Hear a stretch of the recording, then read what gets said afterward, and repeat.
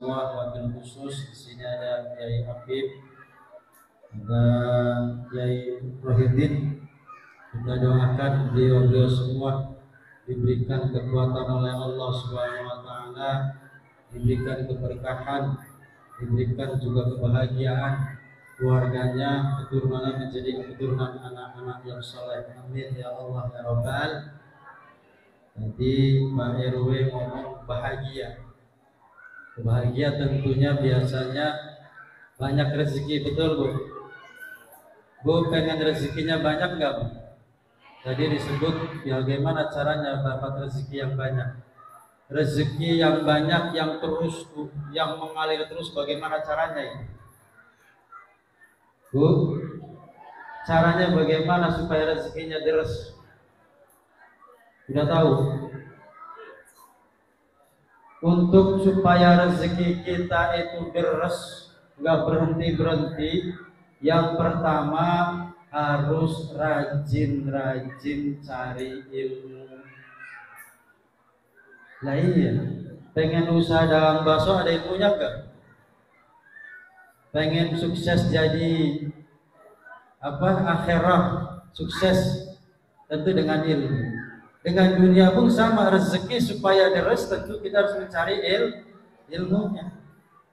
Yang kedua supaya rezekinya deres, gak berhenti-berhenti, tentunya kita harus silaturahmi. Ini begini nih Pak, ini jangan salah ini Bu.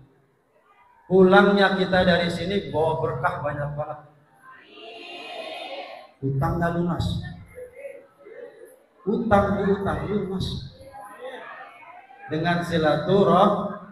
Makanya kalau kita pengen rezekinya banyak, suaminya kerjanya lancar, cepat naik jabatan, cepat rajin-rajin datang ke majelis, rezekinya lancar. Amin. Senang banget. Yang ketiga supaya rezekinya deres itu apa? Perbanyak sedekah. Bu, tahu nggak Bu? Rezeki kita, harta kita yang kita miliki itu yang disedekahkan. Betul apa betul? Nih ibu punya mobil nih, ini ibu punya rumah nih. Walaupun kredit ya, Bu. Sama saya juga. Itu akan kita tinggalkan, Bu. Tapi rezeki yang kita miliki yang akan menemani kita di alam barzakh sampai nanti di yaumil akhir, seberapa banyak yang kita sedekahkan, itu yang akan menemani kita. Tinggal hitung aja Bu. Udah berapa sedekahnya ke masjid? Ada 5 juta ada? Ada 5 juta? Dari awal di sini sampai sekarang ada 5 juta? Masya Allah. Kalau belum kebangetan ini pada kayak ini. Rezeki yang kita miliki yang akan menemani kita di alam barzakh sampai yaumil akhir adalah seberapa banyak rezeki sedekah yang kita berikan. Tinggal hitung aja. Pantas nggak kita masuk ke surganya Allah kalau hanya nyumbang ke masjidnya 2.000? Kira-kira dapat surga kayak apa? Itu. Supaya rezeki kita deres selain sedekah adalah kita harus berbakti kepada kedua orang tua. Doanya orang tua sama dengan doanya para nabi. Ini ziarah kemana, ada rombongan ziarah ikut, ke Madura ikut, Surabaya ikut, sampai ke Banten ikut, tapi orang tua nggak pernah kita samperin, itu percuma. Kalau ada orang tua kita masih hidup, itu sumber ridhonya Allah Subhanahu wa ta'ala. Deres. Ini makanya kalau pengen rezekinya lancar, berbanyak tuh ngajinya, sedekahnya, termasuk juga berbakti kepada kedua orang tua. Itu banyak kita doain nih, guru-guru kita semua yang di sini diberikan kesehatan oleh Allah Subhanahu wa ta'ala. Yang saya hormati dari Sohibul Wilayah, ini Bapak Lurah Muhammad Kunang yang diwakili oleh Kiai ya, berarti ya, Masya Allah. Ini saya jadi malu ceramah apa. Mudah-mudahan aspirasi yang tadi disampaikan warga Gempol langsung dieksekusi. Ini harus saya jelaskan Bu, Ada cerita, Bu. Ada ibu-ibu sudah tua datang ke seorang ustadz, ya ustadz, saya pantas nggak masuk surga? Lah kenapa, Bu? Lah saya orang miskin. Oh, terus gimana? Saya nggak punya anak. Terus saya juga nggak punya ilmu. Kira-kira pantas nggak masuk surga, ustadz? Wah, ini saya langsung nangkep, ustadz tersebut nangkep maksudnya. Ini hubungannya sama Pak Lurah. Apa maksudnya? Ada 3 hal yang nanti akan mengalir kepada orang kalau sudah meninggal. Betul. 3 amalan yang tidak terputus. Apa itu? Sedekah jariyah. Terus ilmu yang bermanfaat. 3 anak yang saleh.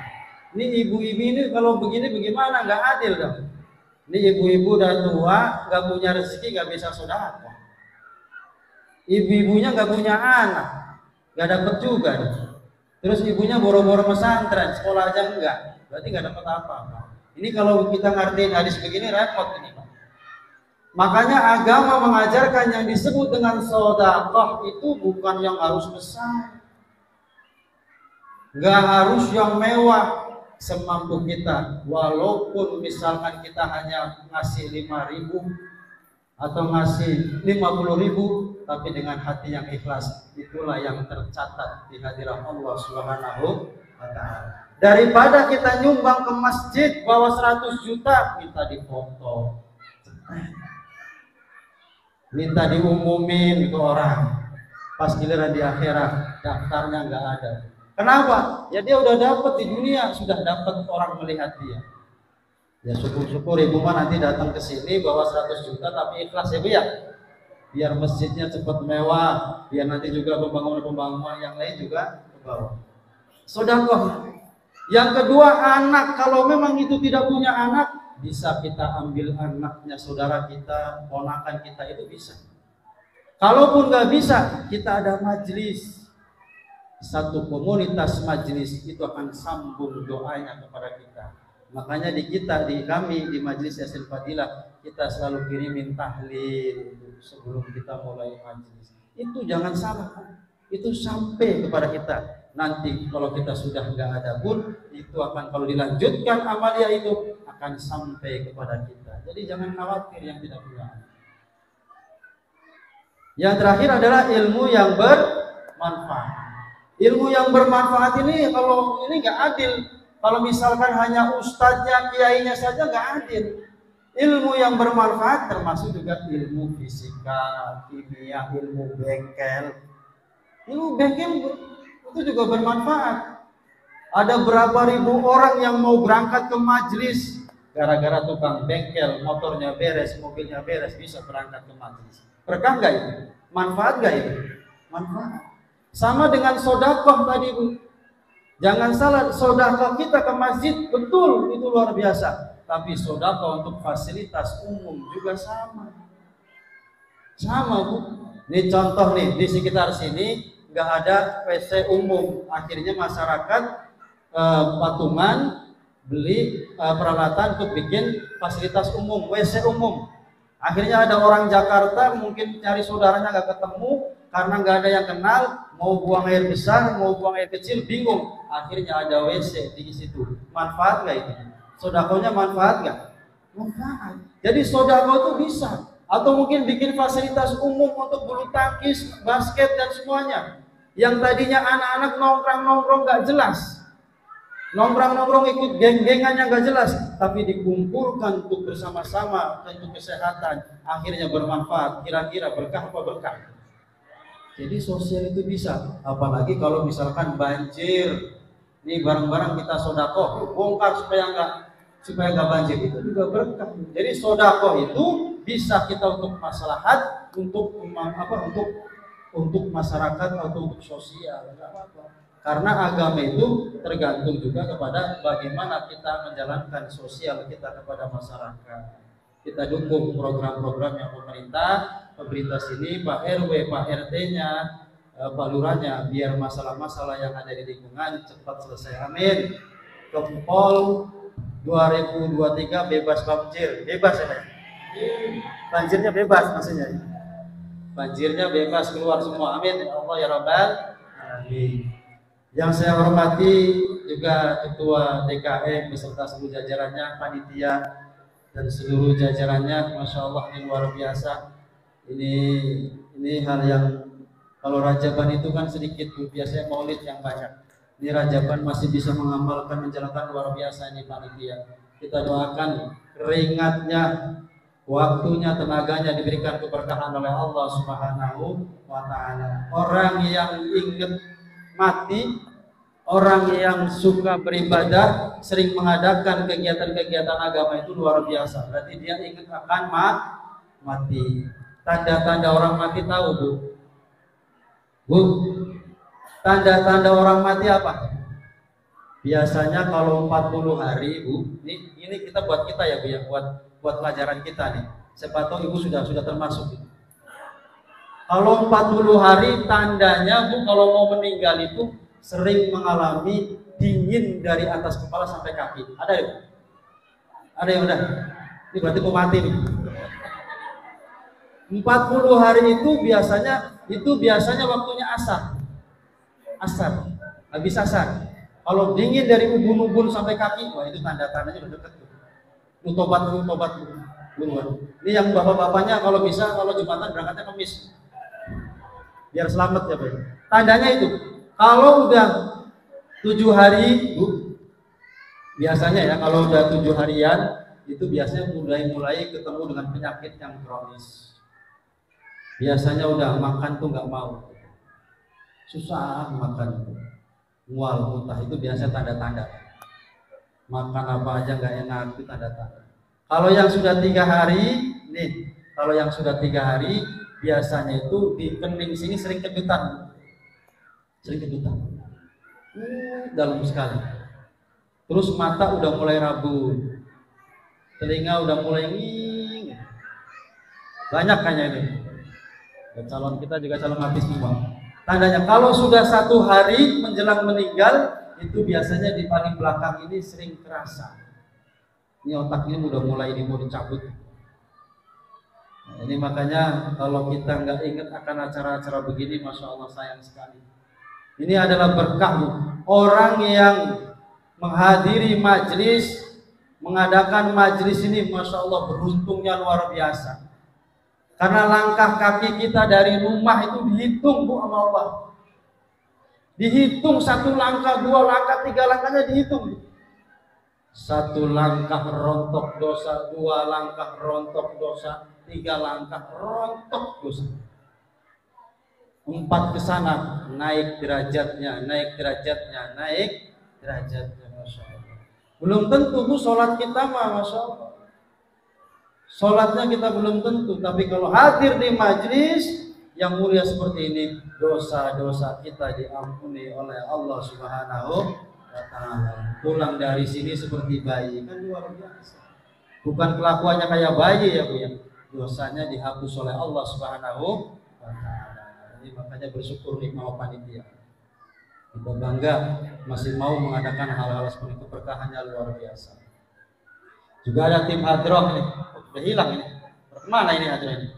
Tapi kayaknya udah gak ada yang jomblo ya, Pak ya? Udah nikah. Kita doakan juga tim hadrohnya ini. Yang dari Ortega lagi ini ya, lagi tugas ya. Alhamdulillah ini luar biasa penggantinya. Kita doakan lah, biar mereka juga diberikan selalu semangat, yang muda-muda ini. Karena jangan sampai menjadi orang yang bodoh banget. Nanti jangan sampai kita menjadi orang yang bodoh. Orang yang bodoh banget itu yang pertama itu punya harta tapi nggak dimanfaatin, itu orang bodoh banget. Kita duit banyak, gajian gede, tapi hanya ditabung aja, makanya pakai tempe. Ya, mobil beli Fortuner nggak pernah dipakai, ditaruh aja. Harusnya buat ngaji, betul? Apa yang kita miliki, mau motor, mau mobil, mau rumah, kalau itu belum dipakai untuk agama, berarti belum ada statusnya. Duit yang kita taruh di bank itu belum ada statusnya. Akan jadi status kalau dimasukkan ke masjid, berarti sedekah. Mobil yang kita punya kalau nggak pernah diajak ngaji, nggak pernah diajak kebaikan, buat apa? Nggak ada statusnya. Ini tetangganya sakit, pinjem motor aja nggak boleh.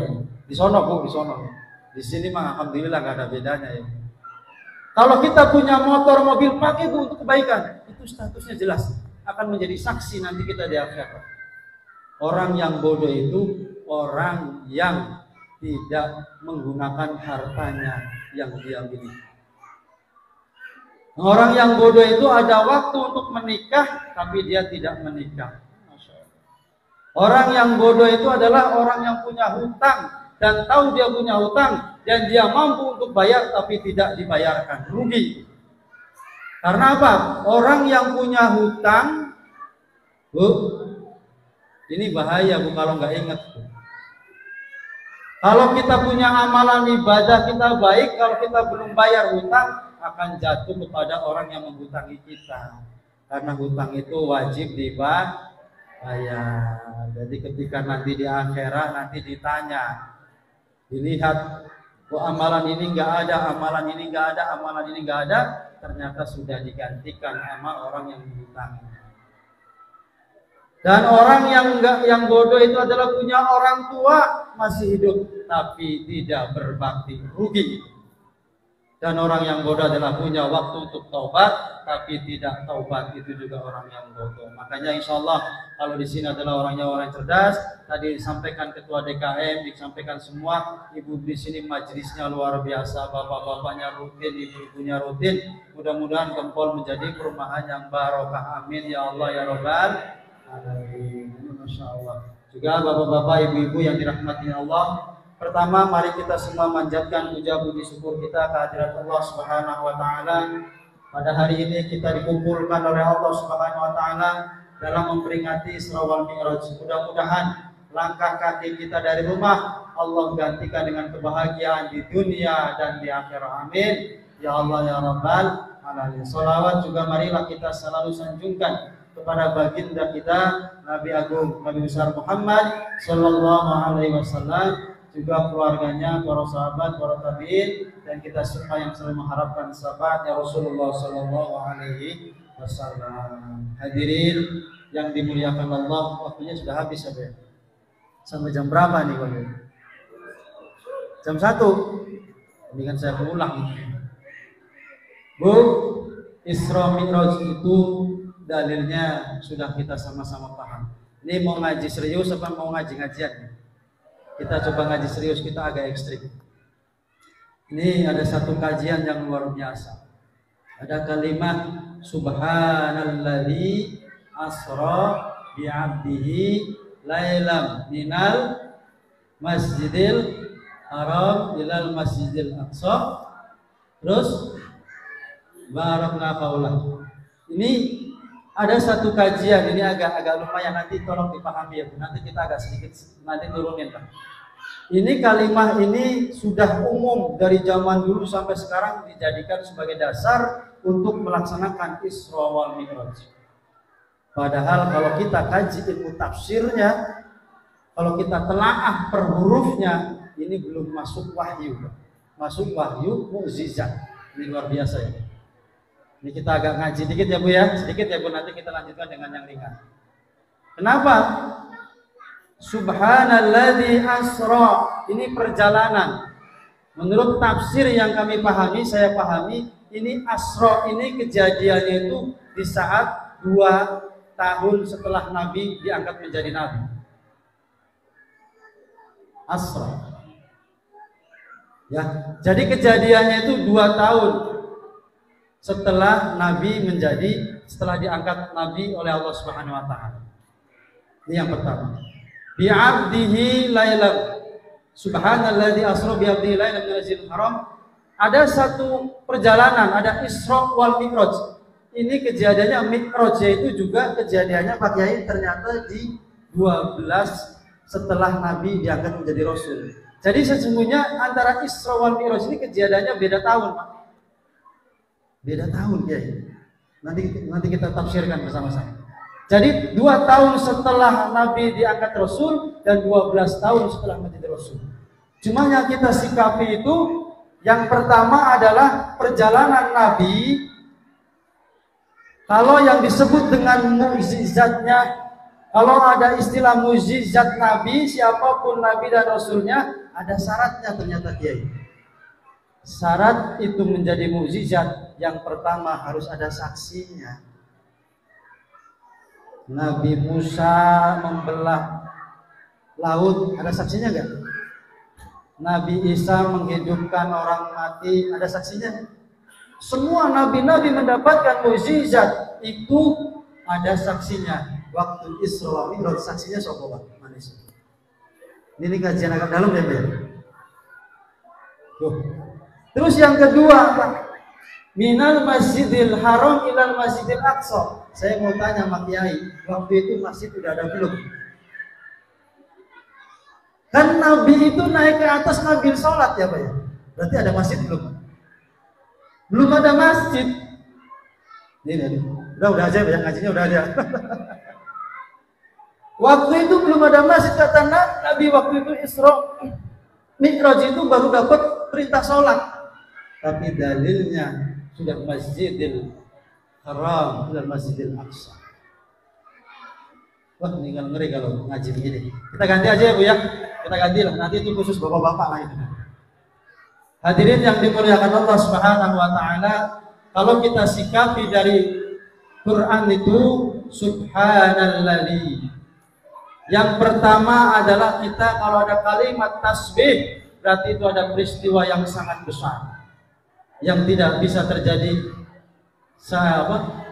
sesering mungkin, tapi hanya suatu kejadian yang sangat luar biasa. Apa inti daripada itu? Tasbih itu. Tasbih berarti kita disuruh oleh Allah Subhanahu wa taala untuk membersihkan hati kita, pikiran kita di setiap saatnya. Subhanallah walhamdulillah wa la ilaha illallah. Subhanallah walhamdulillah wa la ilaha illallah. Allah Allah Allah ya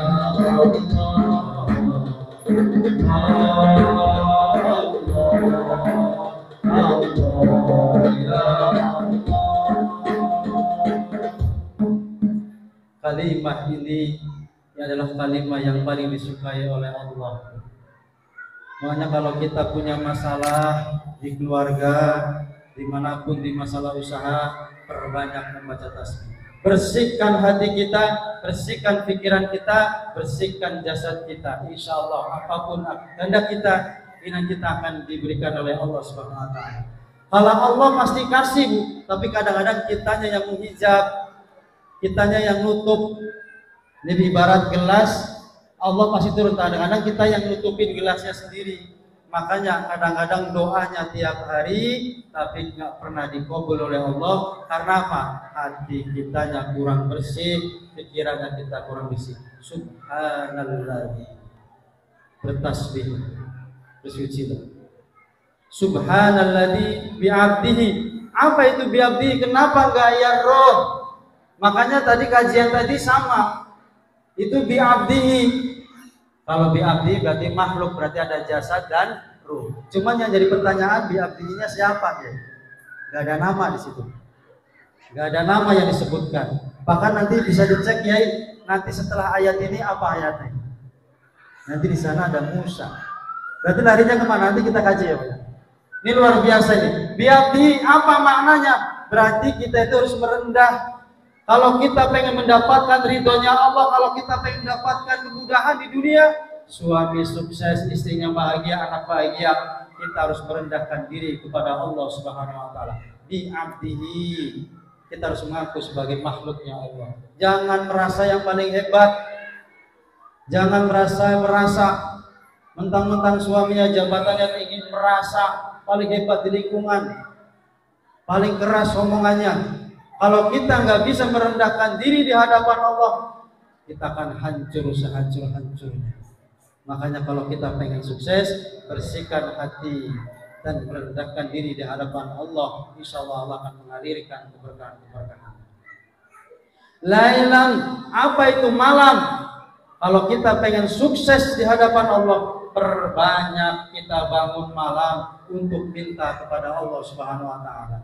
Bu udah capek ya Bu ya? Suaminya pengen sukses Bu. Pengen sukses. Bangun malamnya berapa kali sholat tahajudnya? Berapa kali Bu sholat hajatnya? Bu, banyakan mana buka HP mau buka Quran? Gimana mau sukses Bu?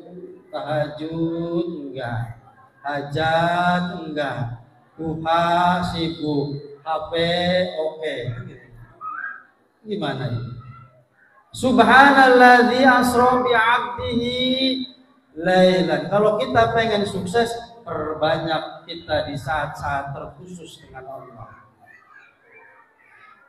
Minal masjidil haram ila masjidil aqsa. Apa maknanya? Perbaiki sholat kita. Perbaiki sholat kita, yakin kalau orang bisa memperbaiki sholatnya, dijamin segala-galanya akan dimudahkan oleh Allah Subhanahu wa taala. Kok bisa?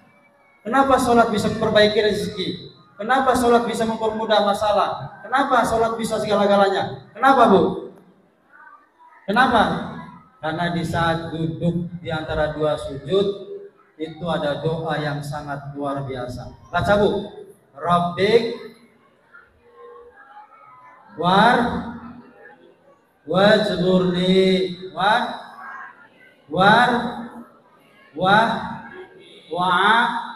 wa'afani. Lengkap Bu, dibaca 17 kali. Coba.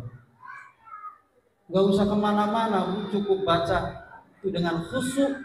Makanya bacanya jangan sampai gelibet. Ini duduk kayak orang mau lari. Tenang, Rabbik firli warhamni. Biar ada ketenangan di saat kita baca doa itu. 17 kali kalau kita baca dengan sebaik-baiknya, masalah urusan dunia mah Masya Allah udah ada semua, diminta semua di situ. Makanya sholat ini bapak-bapak harus didorong ke masjid. Di masjid, berarti biar khusyuk sholatnya. Untuk mendapatkan sholat yang khusyuk yang baik, diawali dari rumah yang tenang, menuju wudhu, tempat wudhu, habis wudhu berzikir, zikir hati. Apa yang bisa? Istighfar, tasbih, la ilaha illallah atau apa? Ini habis wudhu ngomongin tetangga, padahal habis wudhu. Sambil jalan menuju masjid berzikir, subhanallah, Allahu akbar, atau la ilaha illallah, istighfar. Sampai di masjid, dengarkan azan, ikutin azan, jawab azan, habis itu sholat sunnah. Insya Allah mendapatkan khusyuk. Kenapa? Karena sholat ini masalah yang luar biasa, karena kita memperingati Isra Mi'raj bertahun-tahun, yang tujuannya adalah kita semua sholatnya biar nambah baik. Sholat itu menurut ulama dibagi 3 Bu. Yang pertama ada yang disebut dengan sholatnya ahli syariat. Ini kelasnya kita lah, saya Ibu ya. Apa itu sholat yang syariat? Sholat yang bisa mencegah perbuatan keji dan mungkar. Itu saja. Wajar Pak kalau orang rajin di masjid, mas saya sih mencuri, betul ya Pak ya? Mas saya merampok, harus malu itu. Kalau kita merasa sudah sholat syariat, tentunya perbuatan tanha anil fahsya'i mungkar pasti lewat. Itu bisa, gampang. Tapi ada yang namanya sholat yang kedua, sholat torekah. Di sana sudah main rasa. Sholatnya main rasa. Qadrah wal iradah Allah sudah kerasa. Begitu takbir Allah, hatinya bunyi, ya Allah, yang menggerakkan takbir ini Engkau ya Allah. Kalau bukan Engkau siapa lagi? Ini sholat torekah. Begitu dia sujud, ya Allah, rasanya sudah ada. Saya bisa sujud bukan karena saya, itu karena Allah yang menyujudkan diriku. Nanti di kehidupannya luar biasa, rasanya sudah tumbuh. Ini kita coba ya Pak ya. Kalau ada, saya mau berguru lah. Saya belum bisa ini, kita baru syariat ini. Karena ada istilah rasa Pak di sana. Begitu takbir Allahu Akbar sudah punya rasa yang sangat kuat. Makanya kita coba nanti ke sana. Sampai nanti ada yang sebut dengan sholat hakikat. Sholat hakikat itu kemana-mana sudah dipandang oleh Allah dan kita sudah merasakan pandangan Allah. Masya Allah. Ini ahli-ahli tarekat, ahli-ahli zikir ini biasanya sudah merasakan kehadiran Allah Subhanahu wa Ta'ala. Makanya kita berlatih, ya, biar kita mendapatkan keberkahan dari Allah Subhanahu wa Ta'ala. Nah, ini udah pernah ngantuk ya, Bu ya. Ini udahin aja lah ya, Bu ya. Mudah-mudahan kita semua dengan izin dan ridhonya Allah kita mendapatkan keberkahan dari Allah. Yang pertama, siapkan diri kita, bersihkan diri kita biar kita ini selalu diridhoi oleh Allah. Perbaiki diri kita, perjalanan asra, berjalan kita bergerak menuju Allah, bergerak menuju kebaikan dengan sama-sama kita merendahkan diri di hadapan Allah. Jangan pernah sombong itu semua, dan kita bisa membangunkan diri kita untuk malam untuk meminta keberkahan dari Allah. Kita akan mendapatkan barakna haulahu, keberkahan dari Allah Subhanahu wa Ta'ala. Biridha'illahi ta'ala bil karamah wal karamah bi mu'jizati bidati bi sirril karamah sallallahu Muhammad. Al-Fatihah. Bismillahirrahmanirrahim. Alhamdulillahi rabbil alamin. Ar-Rahmanir Rahim. Maliki yaumiddin. Iyyaka na'budu wa iyyaka nasta'in. Ihdinas siratal mustaqim. Siratal ladzina an'amta 'alaihim ghairil maghdubi 'alaihim waladdallin. Allahumma shalli ala sayyidina syafi'ina wa barik lana wa bina maulana Muhammad wa sallallahu alaihi wasallam. Alhamdulillahi rabbil alamin. Bismillahirrahmanirrahim. Hamdan yaghni 'amru kafi mazidah. Ya rabbal hamdu kama yanbaghi li jalali wajhi sultanik.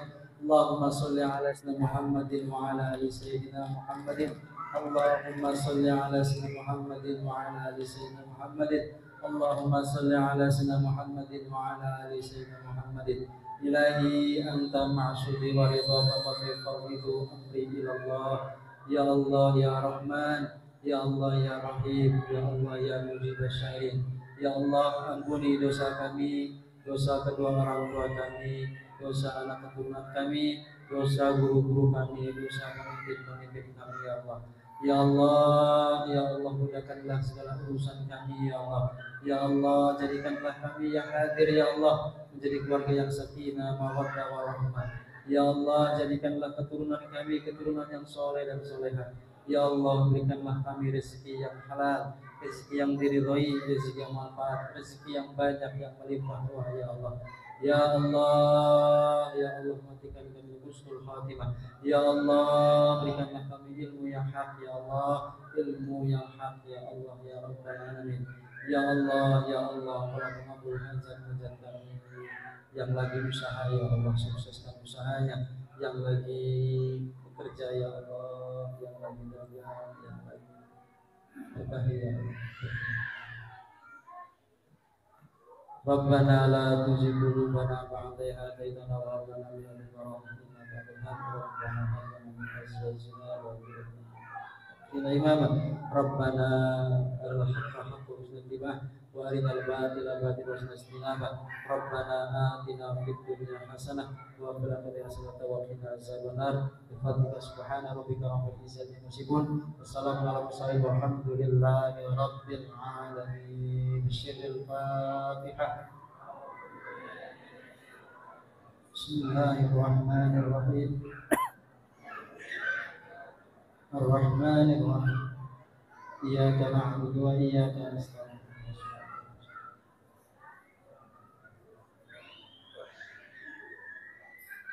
Maulaya sholli wa sallim ala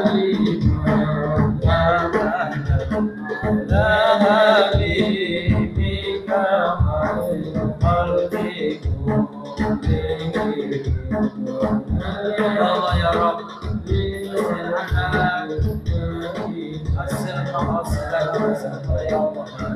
Ya Allah yang hadir ya Allah, pulangkan kami dari sini ya Allah. Tunjukilah kami jalan yang sesungguhnya ya Allah. Tunjukkanlah ya Allah Angkatlah segala penyakit zahir wa batin kami bihaqqi bijadi Sayyidina Muhammad bil karamah Sayyidina Syamsul Qadir al-Jilani. Ya Allah ya Rasulullah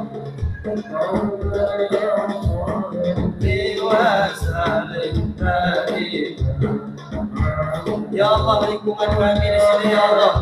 Ya Allah, jadikanlah lingkungan yang berkah, yang barokah, yang beridhami ya Allah. Jadikanlah warga di sini ya Allah, warga yang selalu harmonis, yang menjaga persatuan dan kesatuannya ya Allah. Ya Rasulullah,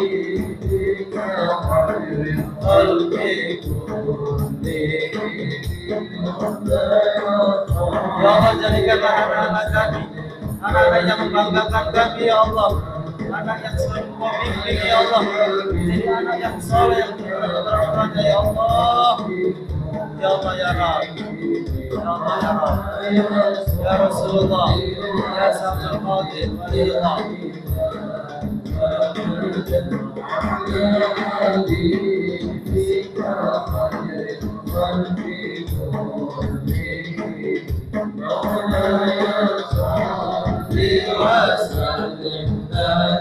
Minta doa Allah, minta pada hari ini ya Allah. Hari ini ya Allah, malam hari ini ya Allah, saat ini ya Allah, Kau kabulkan doa kami ya Allah, yang ada di dalam hati masing-masing ya Allah. Kau kabulkan saat ini ya Allah, hari ini, di malam yang mulia ini, di malam Isra wal Mi'raj ini ya Allah, di hati Sayyidina Muhammad, di jahi Sayyidina Muhammad. Ya Allah, ya Allah.